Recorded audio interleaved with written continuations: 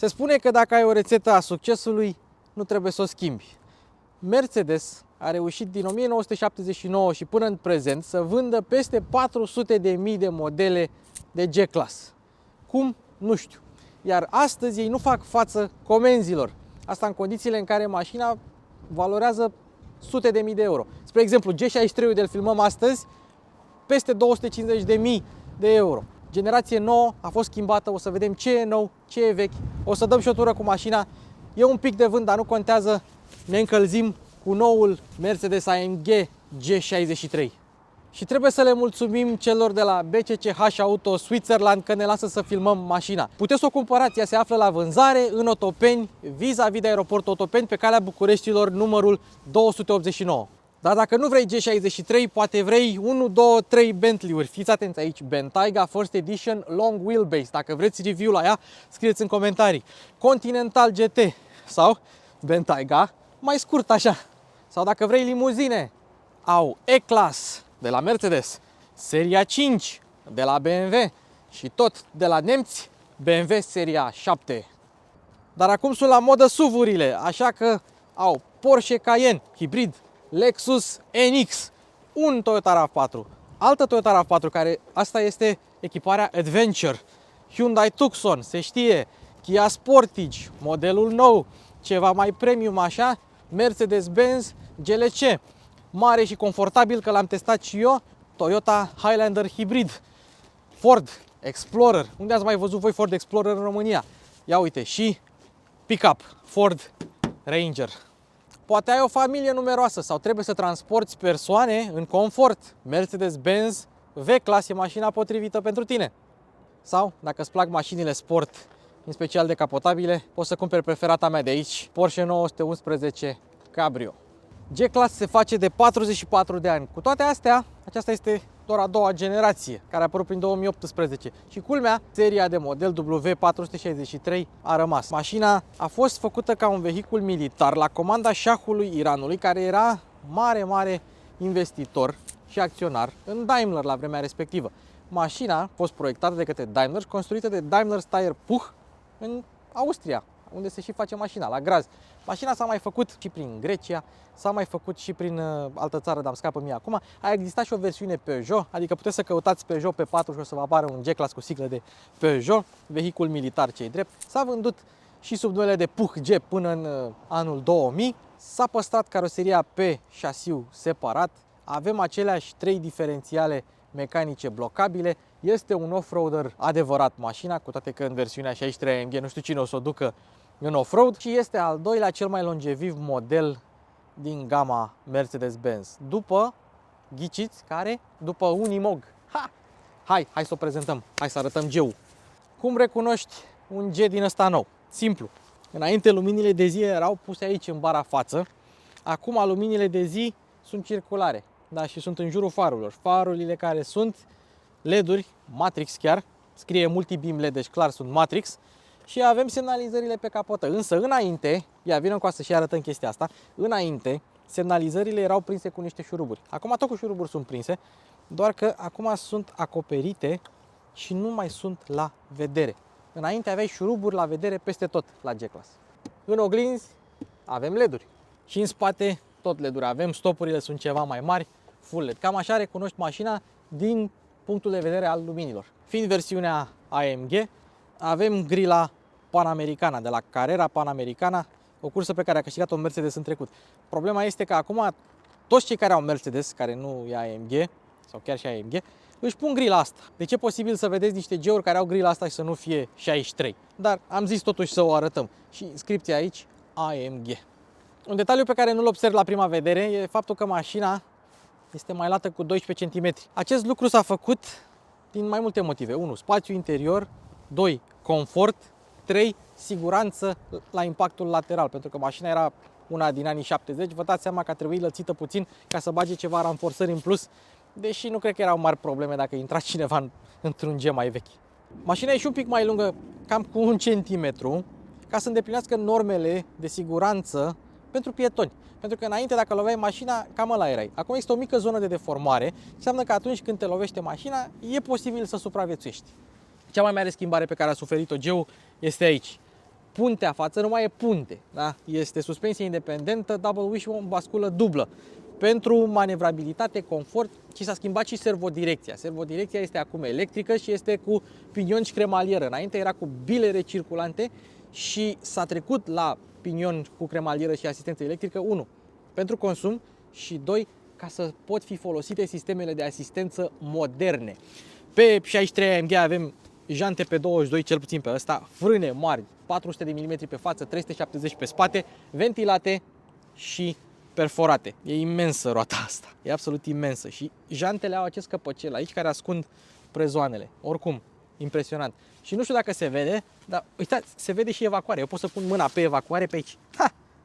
E caldă. Deși mașina e oprită de ceva timp. Ca să păstreze performanțele în off-road cu suspensia asta nouă independentă pe față, au mărit garda la sol puțin. Acum e undeva la 250 de mm, deci 25 de centimetri. Însă, ia fiți atenți, aluminiu, aluminiu, aluminiu, aluminiu, aluminiu. Deși mașina e mai mare, e mai ușoară, cu 170 de kg. Cu toate astea, tot cântărește 2 tone jumate la gol. Încă un mod prin care recunoști noul G, bușonul rezervorului. Acum este acoperit de către un capac. Și avem și micul rezervor pentru AdBlue în cazul în care mașina ar fi fost diesel. 100 de litri. 100 de litri. La cât e benzina scumpă? 7 lei și ceva, deci 700 și ceva de lei ai un plin. Merge cu benzină de 95, dar e recomandată benzină de 98 și are concentrație maximă de etanol de 10%. Și aici ai Rescue Card. Scanezi codul și îți dă câteva instrucțiuni cu ce să faci în cazul în care rămâi cu mașina în drum. Nu prea rămâi cu asta în drum, dar în cazul în care rămâi, toate Mercedes-urile au chestia asta. Parbrizul a rămas aproape la fel de vertical, ceea ce înseamnă că e la fel de ușor de spart. La G-Class se sparg parbrizele în dragi pentru că parbrizul este vertical. Avem semnătura lui Gottlieb Daimler. Dacă vrei să cumperi un G-Class și nu are Gottlieb Daimler, înseamnă că a avut parbrizul schimbat cu unul ceva mai ieftin.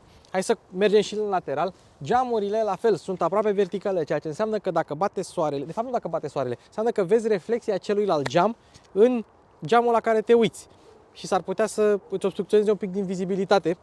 Și mai avem și acest element aerodinamic pe care l-am văzut și la Nissan X-Trail. Deci acesta este făcut să reducă turbulențele și la o mașină care are un coeficient aerodinamic de cărămidă chiar ajută.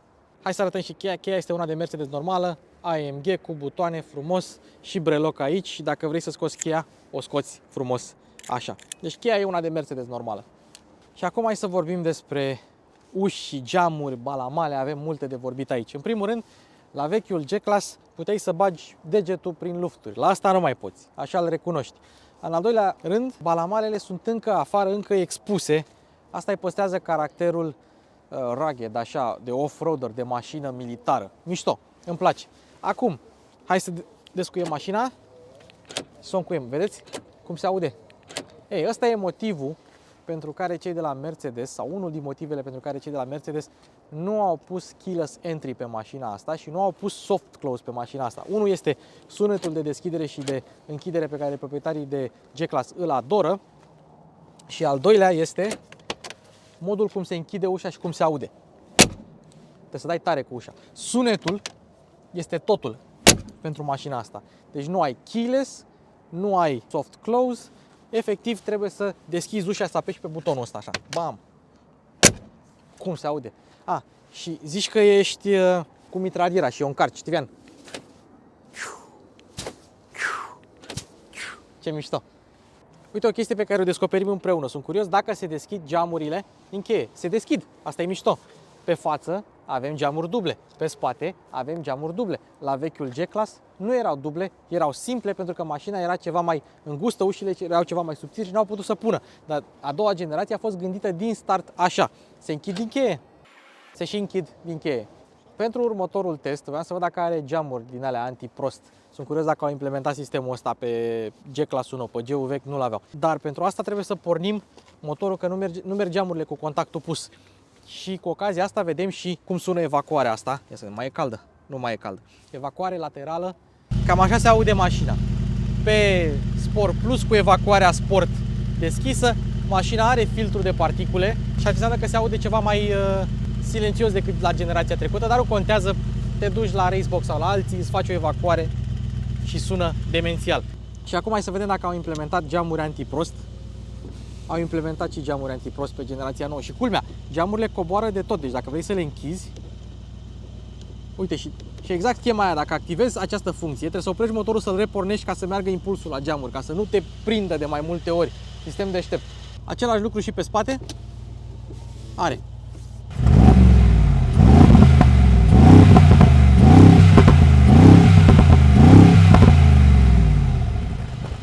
Are soft limiter, dar rest bombă.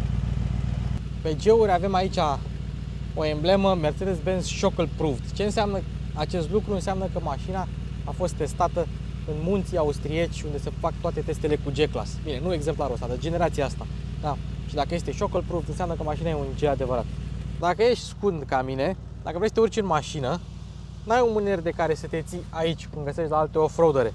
Așa că te pui aici frumos, te ții de volan și intri în mașină frumos. Acesta este cel mai elegant mod de a te urca în G-Class. Pasagerii din dreapta au mâneri aici de care să se țină. Șoferul nu. Vechiul G când a apărut n-avea nici ștergător pe spate, nici cameră de marșarier, nici senzor de parcare. Și pe măsură ce au înaintat anii și clienții voiau chestia asta, au pus, da, o cameră de marșarier sus, unde se vedea doar roata. Aveau un ștergător care era pus sus acolo, care se vedea urât. Un spălător care era pus aici urât. Al treilea stop de frână, că nici ăla nu exista în 79, l-au pus după lunetă. La modelul nou au îmbunătățit toate aceste aspecte și acum al treilea stop de frână este sus, spălătorul e acolo, ștergătorul, da, e ascuns după roata de rezervă, senzorii de parcare sunt, însă senzorii de parcare au păstrat problema de la generația trecută, ceea ce înseamnă că ei sunt calibrați pentru bară.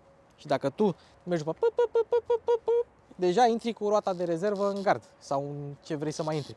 Interesant este că au pus un mod în sistemul de infotainment ca senzorii de parcare să funcționeze ceva mai devreme. Nu știu dacă i-au pus pentru șoferii proști care nu văd, nu neapărat șoferii proști, dar șoferii neexperimentați care nu văd mașina sau mai scunzi ca mine, sau dacă au luat în considerare roata de rezervă. Cert este că există, da, în meniu acolo o setare pentru ca senzorii de parcare să fie ceva mai vigilenți. La noua generație, camera e pusă sub roata de rezervă ca să nu mai fie obstrucționată vederea de roata de rezervă. Și are acest mic căpăcel care se deschide atunci când o treci în marșarier sau, în cazul de față, când o treci în modul de curățare, ca tu să cureți camera în cazul în care s-a murdărit sau s-a prăfuit. Interesant e că au păstrat apărătoarele astea de noroi. Sunt sigur că sunt opționale, însă parcă ar arăta mai bine pe un Aro. În spate, haionul a rămas o ușă de frigider, tot așa, fără deschidere electrică, fără soft close, fără nimic. Însă, ea se deschide la 90 de grade, încearcă să deschizi așa într-o parcare de la mall, să vezi că nu-ți iese. Piele matlasată, mâner. Curios pentru ce e mânerul, adică să o închizi așa? Dacă vrei să o închizi așa, de ce n-ai închide-o așa? Să o închizi dinăuntru, dacă pui pe cineva în spate, de ce e mânerul ăsta aici? Bun, mochetă, piele matlasată, frumos, 494 de litri, o copertină pe care scrie press, așa, trebuie să o apeși în jos, plasă, Burmester, lumină, priză de 12 V, cârlig, totul frumos. Aici niște șuruburi la vedere, un amortizor fabricat în Germania.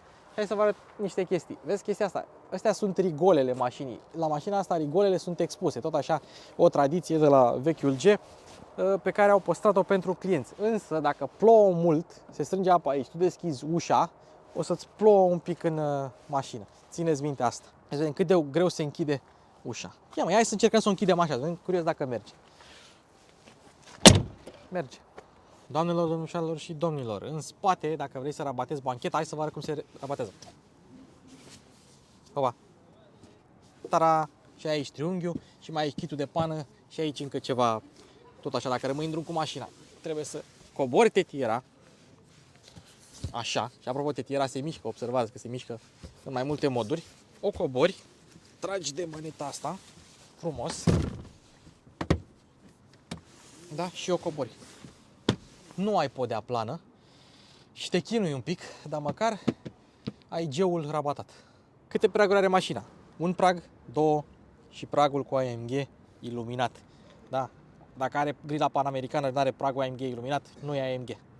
Și apropo de praguri, vezi să nu te frici de evacuare când intri în mașină, că posibilitatea e foarte mare, mai ales dacă mașina e încinsă. Și am zis de jante, dar n-am zis de anvelope. Mașina vine cu Pirelli Scorpion Zero, 295 pe 40 pe 22. Cât credeți că costă o anvelopă? 3.000? 3.000 și ceva de lei? 4.000 de lei? Tot ce e posibil. Alt sistem nou implementat de Mercedes pe G-Class, blind spot-ul. Interesant este că atunci când ai ușa deschisă, blind spot-ul e deschis tot timpul. Ia. Sau pur și simplu ne recunoaște pe noi. Dar și pe partea elaltă tot deschise. Deci când ai contactul pus, e mereu pus. Pentru că pe partea elaltă nu e nimeni. Deci nu numai că își face verificarea tuturor martorilor de aici, verifică și martorul din oglindă. G-ul chiar și în versiune 63 AMG tractează 3,5 tone. Deci practic poți să tractezi cu G-ul ăsta încă un G și o Mazda MX-5. Și hai să vă mai spun o chestie. Gândiți-vă la faptul că mașina asta are cric. Cum dracu pui cricul pe mașină? Sunetul ăsta de închidere al ușii la G-Class e gândit, în sensul că și dacă apeși tu manual, se aude, știi? E gândit, e făcut intenționat. Proprietarii de G-Class nu o să deschidă prea des capota, dar când o vor deschide, vor rămâne surprinși cât de ușor se deschide capota la G-Class. Mercedes obișnuia să pună periuțe din astea înainte la maneta schimbătorului de viteze, ca să nu se prăfuiască. Da, ca să meargă bine tot timpul. Ei bine, acum avem așa ceva și la încuietoarea de la capotă. Motoarele pe G-Class sunt următoarele. G350, care culmea este 2.0 benzină. Ha! Ce față a făcut Harry Potter! Ha! 2.0 benzină. Se găsește doar în China, are 258 de cai putere. La noi poți să-ți cumperi G350D, G400D, același motor 2.9 diesel. Poți să-ți cumperi V8-ul pe G500 normal, M176, sau poți să-ți iei M177, adică G63 AMG.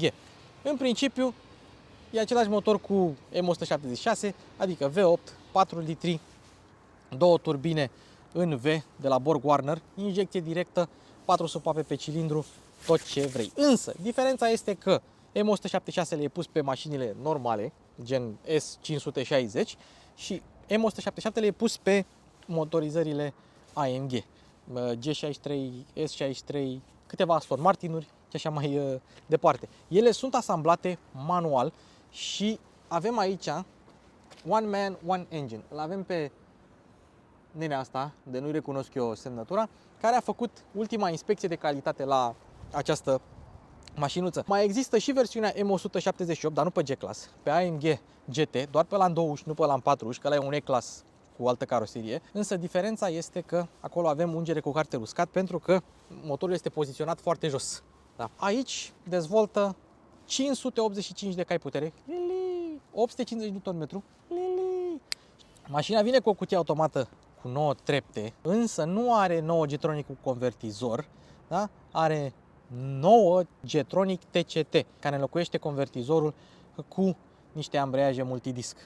În ceea ce privește performanțele, suta se face în 4,5 secunde, vă dați seama, cât un Ferrari 360 Modena, și are o viteză maximă de 220 de km pe oră limitată electronic sau 240 de km la oră limitată electronic dacă alegi pachetul AMG Driver's Pack. Îți dai seama să mergi cu 240 cu mașina asta pe autoban, pentru că îți dai seama câte muște o să fie pe parbriz. N-ai lichid de parbriz să cureți toate muștele.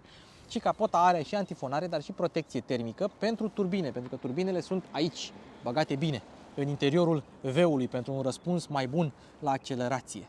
Și un lucru pe care poate nu l-ați observat, capota nu acoperă tot botul mașinii, pentru că avem semnalizările. Cum era să ai semnalizările sus? Și atunci când pui avariile, ce faci? Nu mai poți să mai pui avariile pentru că ai semnalizările în sus și te văd avioanele din...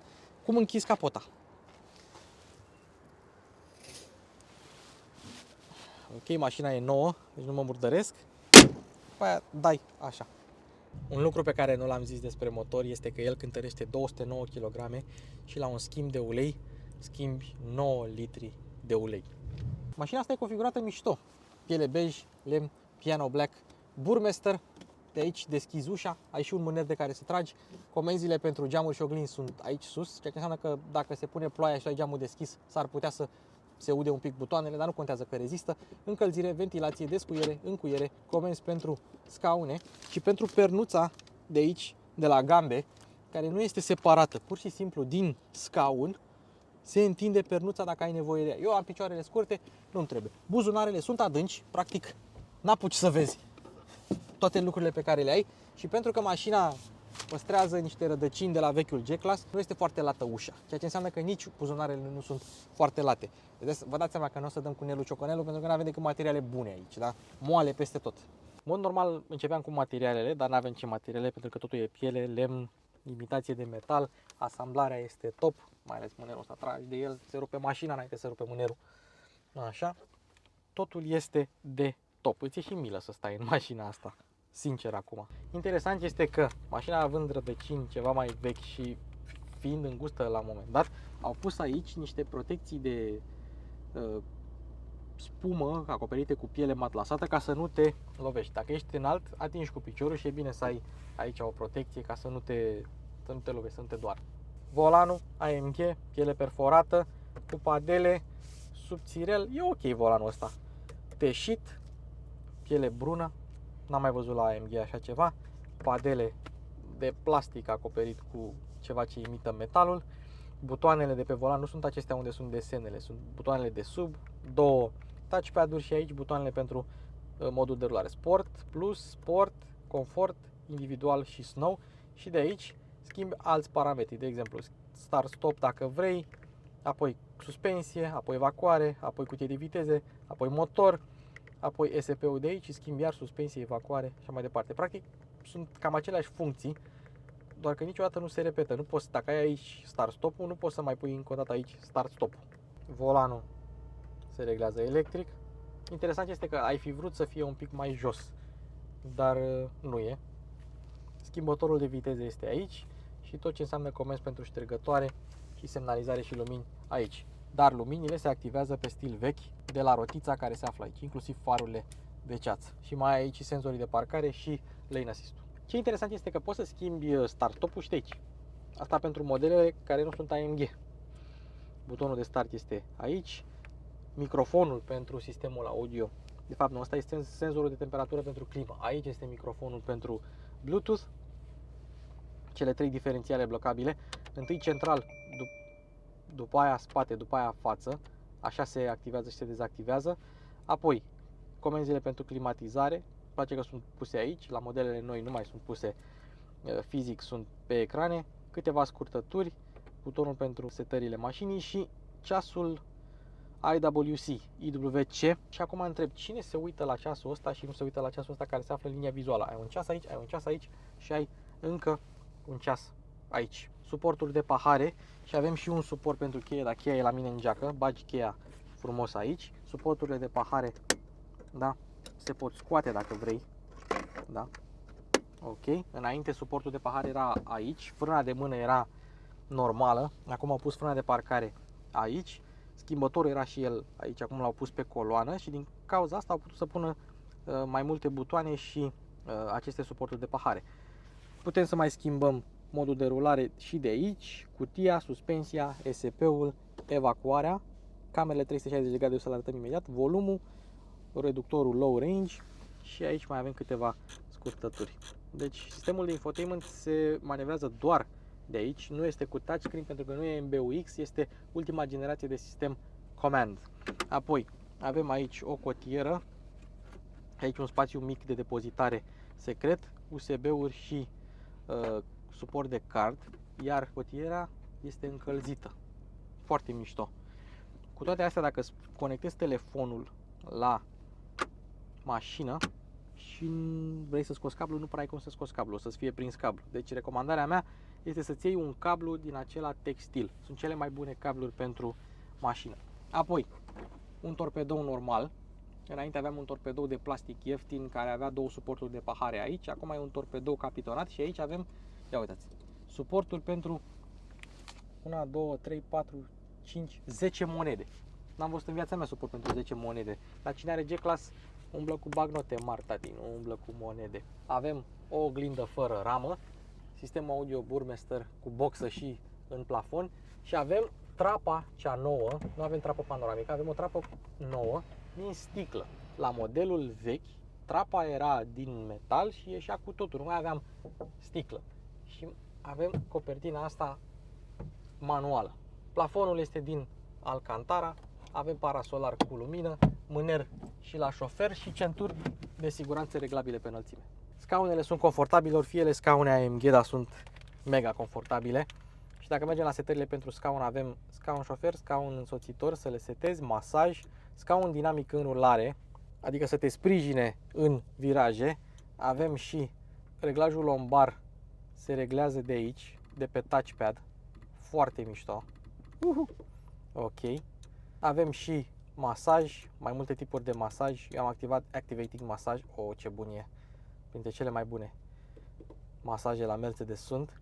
Tot la scaune avem Energizing Comfort, dacă vrei să facă ea niște programe din asta de bunăstare, bucurie, vitalitate, sau poți să ai stimulare musculară, practic să se miște scaunul astfel încât să stimuleze musculatura sau să relaxeze sau ceva pentru echilibru. Cred că mai bine rămâi pe masaj. De exemplu, dacă mergi mult timp, poți să folosești aceste programe, dar în mod normal nu prea le găsesc o utilitate. Probabil proprietarii de Mercedes le folosesc. Tabloul de bord are mai multe moduri, clasic, sportiv și progresiv. Hai să lăsăm în clasic, că e cel mai ușor de arătat. Apoi te duci aici și poți să pui ce vrei tu în mijloc. Radio media, navigație, călătorie, de care și consumul. Consumul 1,7 litru pe oră, rază de acțiune în loc de range. Da, afișaj eco, în consumul care e 99,9, datele de performanță, boost-ul, temperaturile, 93 la ulei, 46 la cutie. Boost-ul e peste tot. În ce mod te afli, accelerațiile laterale longitudinale, timpul pe circuitul off-road vrei să spui, și aici sistemele de asistență dacă ai nevoie și evident dacă vrei câte mesaje cu privire la service, nivelul ei motor, ia să vedem, e bine, informații despre consum, lichid de răcire, e ok, de la 90 de grade, anvelope. Deci cam acesta este tabloul de bord AMG. Avem și sistemul de infotainment, 12,3 inch, amândouă sunt de fapt, nu e cu touch, am mai spus deja. Navigație, radio, media, telefon, connect, vehicul. La vehicul ai cele mai multe setări, climatizare față-spate, îți arată volan de G-Class, mod climatizare, cum vrei să fie aerul, Dynamic Select, adică date motor, date vehicul, dacă vrei, date motor. Ce tare, un fel de sport display ca la BMW, foarte tare, bună asta. Date vehicul, cu privire la unghi de atac, unghi de degajare, unghi de rampă, pedală de accelerație, frână, cât apeși pe frână, diferențialele, altitudinea, camera față, unghi larg și camerele. Da, hai să le arătăm și pe astea dacă tot suntem aici. Avem tot felul de... Uite, toate cele 4 roți, să nu le zgâri. Spate, spate, spate, dar cu cârligul de remorcare. Și 360, evident, că ai și camere 360, uite aici, să le vezi. Deci camerele sunt bune, n-ar avea de ce să nu fie bune la Mercedes. Aici îmi place că îți arată camera frontală și că poți să intri în butonul de camere și dacă mergi în off-road. Date dinamice, kW, Nm, presiunea în turbină, tot ce vrei. Sisteme de asistență dacă vrei, date despre consum, setări cu privire la lumină, multe setări. Setări vehicul și manual de utilizare. Protecție la tractare, protecție habitaclu, adaptare centură, închidere acustică, adică să-ți claxoneze când o închizi, pliere automată, toate setările mașinii. Și mai ai setări pentru sistem, adică afișa și stilul ce am arătat, introducere, audio, sistemul de sonorizare, Burmester chiar e foarte bun, Command Touch, aplicația, unități de măsură, bună asta, actualizare, protecție, PIN, deci toate aceste funcții ale sistemului Command. Nu e foarte complicat, e mult mai simplu decât MBUX-ul de pe Mercedes, dar MBUX-ul îți fură ochii mai mult. Pe G-Class Facelift și pe EQG o să treacă la MBUX și o să fie touchscreen. Aici nu e încă cu touchscreen. Hai să arătăm și luminile ambientale. Te duci și selectezi culoarea sau dacă vrei, poți să selectezi tu luminozitatea. Ce tare! Dar poți să selectezi luminozitatea universală, nu poți să ai luminos în față și neiluminat în spate, spre exemplu. Și cred că poți să pui și color mix și efectiv mașina să schimbe culorile când vrei tu. Așa îmi place mie.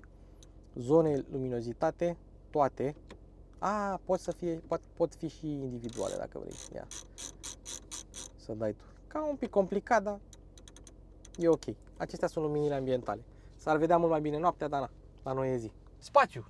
La cap avem, la picioare avem. Ce-i drept, G-Class nu o să fie cea mai spațioasă mașină la picioare. Uite, de exemplu, Harry Potter are scaunul dat în spate de tot și atinge. Dar avem aici plăsuță, suport pentru tablete, guri de ventilație în spate, dar și în centru, suport pentru grilaj, cârlig, mâner, lumină, gurile de ventilație pe care le poți regla, climatizare în spate, G-Class-ul vechi n-avea, deloc n-avea, adică ce aer venea din față ăla era, scrumieră, priză de 12, USB, frumos, ai de toate în spate, bancheta e destul de confortabilă, dacă nu vrei să fie verticală, o dai în spate și stai ca bossul, destul de confortabilă bancheta, îmi place că e ridicată și nu trebuie să stai cu genunchii la urechi, e foarte mișto pentru că mașina e înaltă.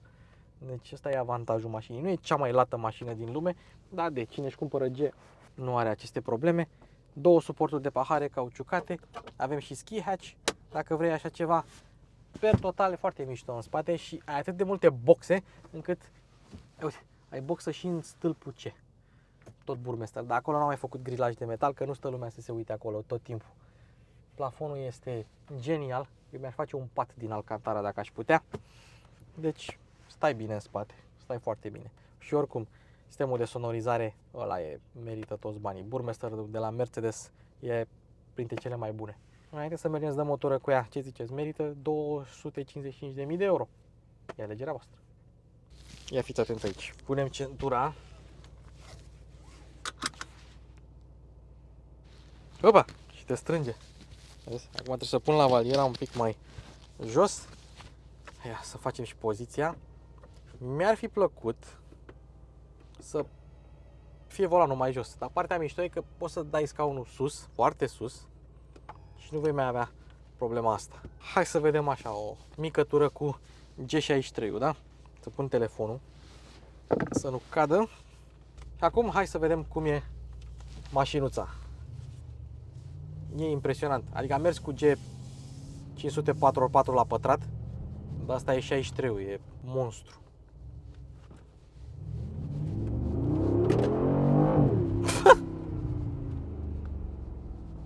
Fabulos.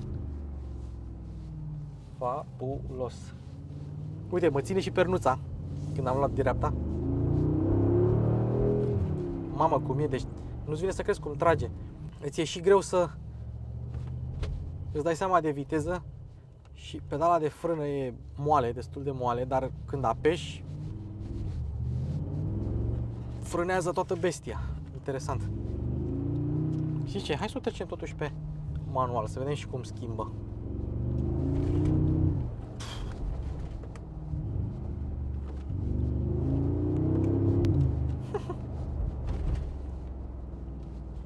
Deci e incredibil cum te țin pernuțele. Opa! Uite bă că virează un pic acolo.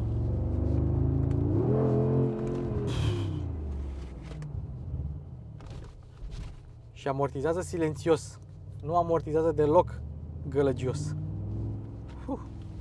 Hop. Mamă, ce te țin pernuțele, incredibil. Fabulos. Ia. Sunt curios să facem și o plecare de pe loc.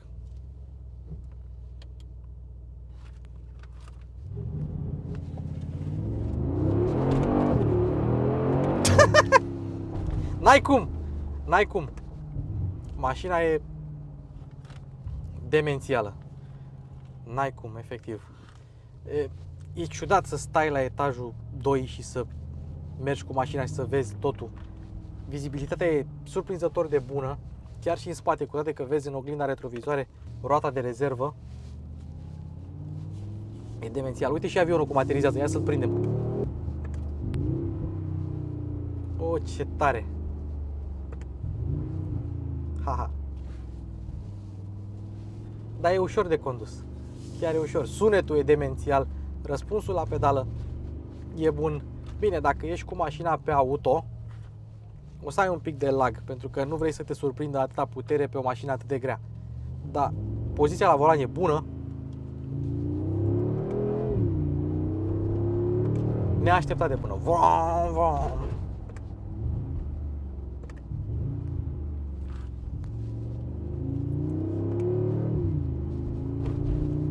Nu pot să spun că ai nu știu ce feeling în volan, dar îmi plac pernuțele, deci când schimb direcția rapid, pac, pac, pernuțele imediat răspund. Imediat răspund.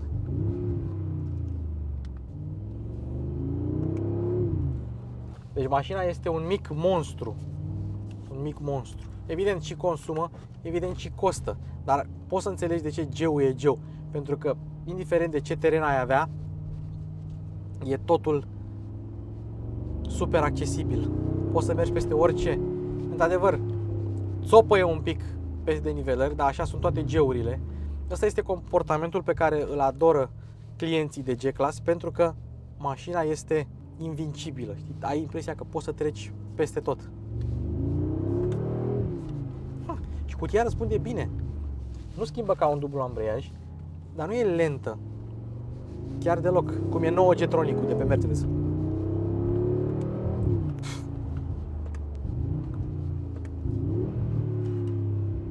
Vă dați seama cum se aude evacuarea de afară. Și înăuntru se aude bine. De fiecare dată când merg cu un M177 din ăsta, îmi dau seama că o să fie un viitor trist când va fi electric. Dar, dacă ai banii, ia-ți una de asta, tati, ia. Nu, deci n-ai cum. E prea rapidă. Nu te aștepți. Am condus Bentayga, am condus Urus, am condus X6 în Competition. Asta are o reacție mult mai violentă, mult mai brutală. La alea când accelerezi te duci în față, la asta când accelerezi te duci...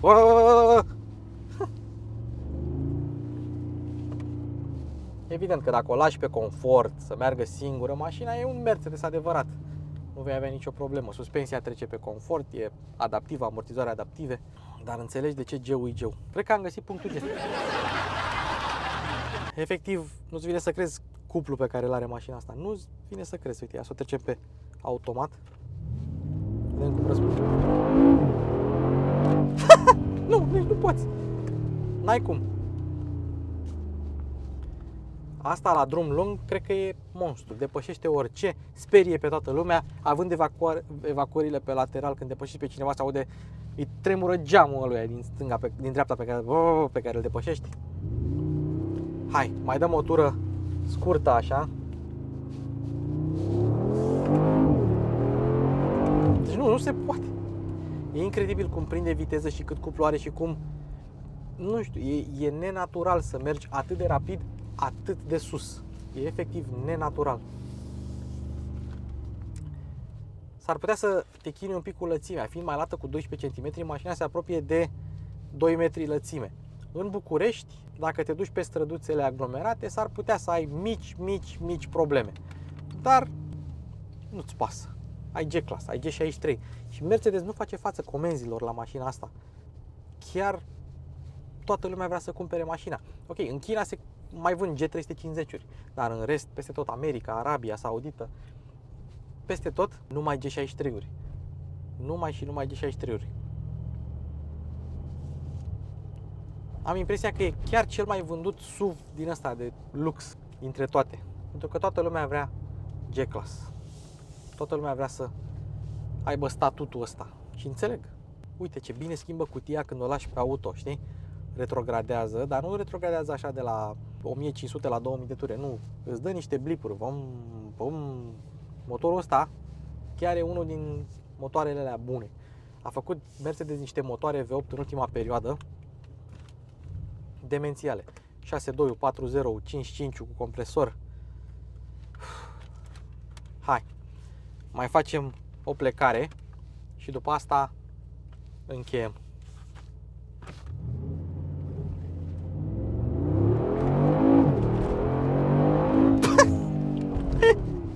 Nu se poate. Față de G 4x4 la pătrat, mașina chiar e altceva. Mult mai rapidă, mult mai directă. Chiar e... Uite, hai să facem un test acum, că tot am încheiat. O trecem pe confort.